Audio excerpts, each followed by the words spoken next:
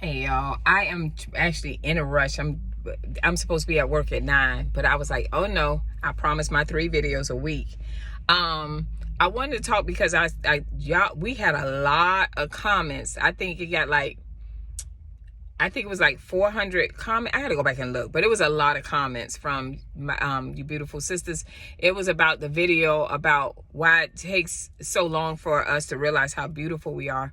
And one of the things that stood out to me that a lot of us was talking about was the fact that we had parents, right? Either our mom or our father that said, oh, I didn't compliment you like that because I didn't want you to have a big head. Now, and I was like, that's bad. Like, we think like that because when I had my daughter, I always told her how beautiful she was. I think she got tired of hearing that, how beautiful she was, her beautiful chocolate skin. I gave her that because I didn't want her to go out in the world and look for that, because that's what a lot of us do. That's why it takes us so long to realize how beautiful we are, because we may have mommy issues. For me, I'm just going to talk about my experience. I had mommy issues because my mother was a very attractive woman. She was more fair skinned, right? And I remember, of course, I remember, like, I had long hair at the time. When I was a kid, I had long hair. And I would go out sometimes with my mom, and people would say, ooh, she looked just like you. And she'd say, no, she don't. Like, and it would make me feel some kind of way because I was like, well, why is she saying that? She was like, I'm light. Because she was light skinned. And she said, my mom had a little perfect little Barbie, like, bump, little nose or whatever. So I guess she felt like, I felt like, I don't know how she felt. I can't speak for her. But for me, I felt like she was saying, I'm not as attractive as her, right? So that kind of set the stage. And I'm talking about when I was a young girl, right? And then as I got older, I have my baby sister who looks identical to my mom. And she's more light skinned. And my mom loved the fact that she looked exactly like her. So I don't know what issues she had. Our parents be having issues. They make a lot of mistakes. I'm not on here to bash my mom. But then I thought about it, and I fast forward to when I got married, the first time I was married. And the first time I was married, when I had my gorgeous daughter, Janice, I had 2 babies, but one passed away. I told y'all about that. But my beautiful daughter, we look identical. We are both short. I'm slew-footed. She got all of me, right? But then I see some of her dad in her too. But we would go places and they would say, oh my God, that's your twin. And my ex would say, she looked better than her. I'm like, okay. No, she looked, and I used to be like, oh my God. So we have these issues a lot of times, and it's not to stay in the past. I'm beyond that. I understand who I am. I know I don't need any validation. And it is a superficial thing, but we say things like, oh, that's so superficial. This is not. It is of importance because a lot of the things that happen to us in the past, it affects us now. And that it's obvious because so many of you was commenting and talking about the fact that you realize, some of y'all was like, honey, I knew I was attractive. I was like, yes. But then a lot of us was like, I didn't know. And it took me a while. And some of y'all was like, I'm still struggling. I'm overweight. I'm dealing with this issue and all these different things. And yes, a lot of it stems from us having mommy issues. For me, it was my mommy issues, that I wasn't attractive enough. I wasn't good enough. I wasn't light enough. I had those issues, right?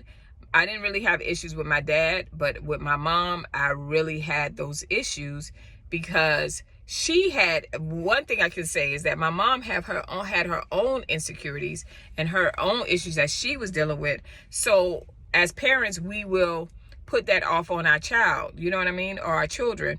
And so I think that that's really, what happened. And y'all, I'm just popping up this video. I don't be going over things and say, I'm going to talk about this.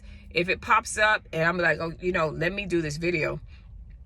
But yeah, we really be having those issues. And then what happens is now the stage is set. Now we're going through life in our adolescence, in our, and even in elementary school, we're battling, trying to fight to feel like somebody, to prove to people, and to prove to ourselves. And then we deal with low self-esteem because of the decisions. We deal with, all insecurities, or we're battling the same thing our mom did or our dad did or said to us. We're battling that for years. So by the time you 25, 30, sometimes even 60, 70 years old, you finally realize, okay, I'm attractive, or, I have beautiful qualities about me. And and this is real. I was looking at Janet Jackson years ago. She had this video. I don't know if any of you remember this, because I'm telling my age. But Janet Jackson has always been drop dead gorgeous. But she did not like that she was shapely. Janet Jackson had a body. Now, she done trimmed down a lot now. But Janet Jackson, it was voluptuous. She wasn't like, no, she was thick, but she was perfect, Like, men went crazy over her. I'm going to tell y'all that much, because my brothers, when she came on Pleasure Principle, they was up. And I watched an interview with her, and she was saying how she hated her butt. She hated that she had a big butt. So if you pay attention to a lot of her videos, she kept that covered, because society told her skinny is it. Everybody's skinny. Michael is skinny. All these people are skinny. So she wanted to be this tiny person, but that wasn't her make. That's not how God made her. Her DNA was, you kind of think she actually is beautiful like her mother. That Catherine is gorgeous. Catherine got to be in her 80s. That lady is beautiful. So I'm saying all of this to say is that, yes, we did have those issues. I pray, and some of y'all, you were saying that you haven't gotten past that. I pray that you get through it. These videos are to help you to like recognize those things and to be like, man, I could do better. Do y'all know, I wanted to say this too, and it's something like, I remember, especially when I was in a salon, I had this one lady, she was from Egypt? She was from Egypt, right? And she had kind of coarse hair, but not coarse. Like, she was she didn't even have curly hair. She just had like a body wave. Do y'all know she wanted to come to me every week and put a relaxer in her hair, because she hated the wave in her hair. She wanted me to take the relaxer from root to end and then put a heat on it to make sure it just stays straight, because her mother said that she had nappy hair. When I tell you, I'm trying to think of who. It's like a loose curl. It don't even get like ringlets. It's just like a body wave. And she didn't want that, because her mother said that she was too dark. She was high yellow. She looked, I don't know what she looked like. I can't say, but she was very light skinned, beautiful, y'all, beautiful, great eyes. I just couldn't understand it. But every week she kept coming to me, and I told her, I had first did her hair, and she loved the way I flat ironed it. She was like, make sure everything down to the edges is straight. And I told her, and she came the next week, said, okay, I'm gonna get my hair done. But I thought she was coming to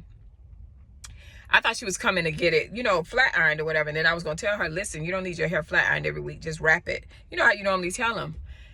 And she said, no, I want to relax it. I said, no, we don't do relaxers like that. Your hair will fall out. And she was going back and forth. Y'all, it took me 20 minutes to make her understand you can't do that, because I thought that she was fresh from Egypt. So I was like, she probably doesn't know any better. And then finally, I said, I'm going to wash your hair, and I promise you it's going to get silky straight. And all you have to do, and I showed her, I wrapped the hair, showed her what to do. And she did it. Like, I did the style, right? And she did it, and she went home. And then she kept wrapping her hair. And then the next week she came, she said, oh, it stays straight. And I said, what? Why are you so addicted to your hair? Why do you want your hair to be straight? Like, what is the big deal about your hair staying straight? Why you just can't wear your natural curl? And she said, my mom and dad told me it's a curse.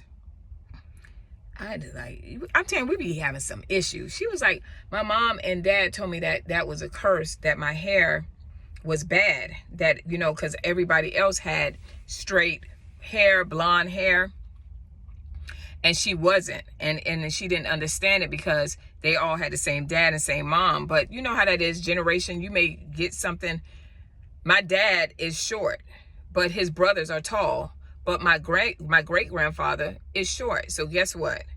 My dad got his genes. So it's the same thing go on. And she said, I'm not beautiful. She started crying. This lady at the time was 40 something years old. And so when I tell you, don't dismiss these topics I'm talking about, like and share and comment.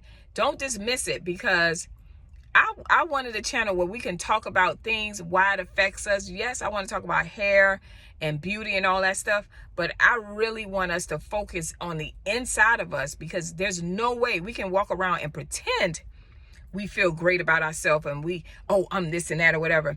But we know what happens when we go behind closed doors. We know what happens when we have trials in our life that make us go back and look at the decisions we made and why we made the decisions we made, and reminisce about the things that affected us from childhood or even in our adulthood. It could have been a number of things. It could have been date rape.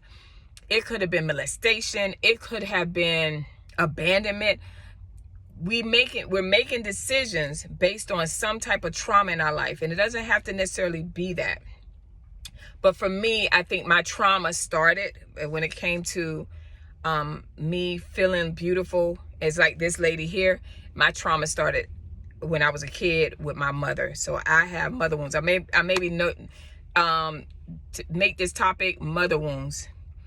Something about mother wounds. But yes, that thing is real. Stop dismissing people and stop telling people to get over things, and have empathy and understand people and understand why people come to work or in your family that act crazy or be doing all kind of stuff. Sometimes it's not them just being the devil, like the Christian women say, oh, that's the devil. No, it's not the devil. Sometimes those people is sitting with some things that done happen to them that's so traumatic that they can't even see the beauty in themselves, much less believe in themselves, much less get up and go through life and experience life. They can't even experience that because of things that happened in their past. And all I'm saying is just be a little bit easy on people. Be kind. Learn to be kind. If you're a person that was mean, I was mean. Learn to be kind, because one day you're going to need somebody. You know what I mean? One day you're going to go through some trials and things like that. And you're going to need somebody to have empathy for you and have a care for you. So just be kind to people. All right. All right, y'all. I got to go to work. I'll see you next video. Bye.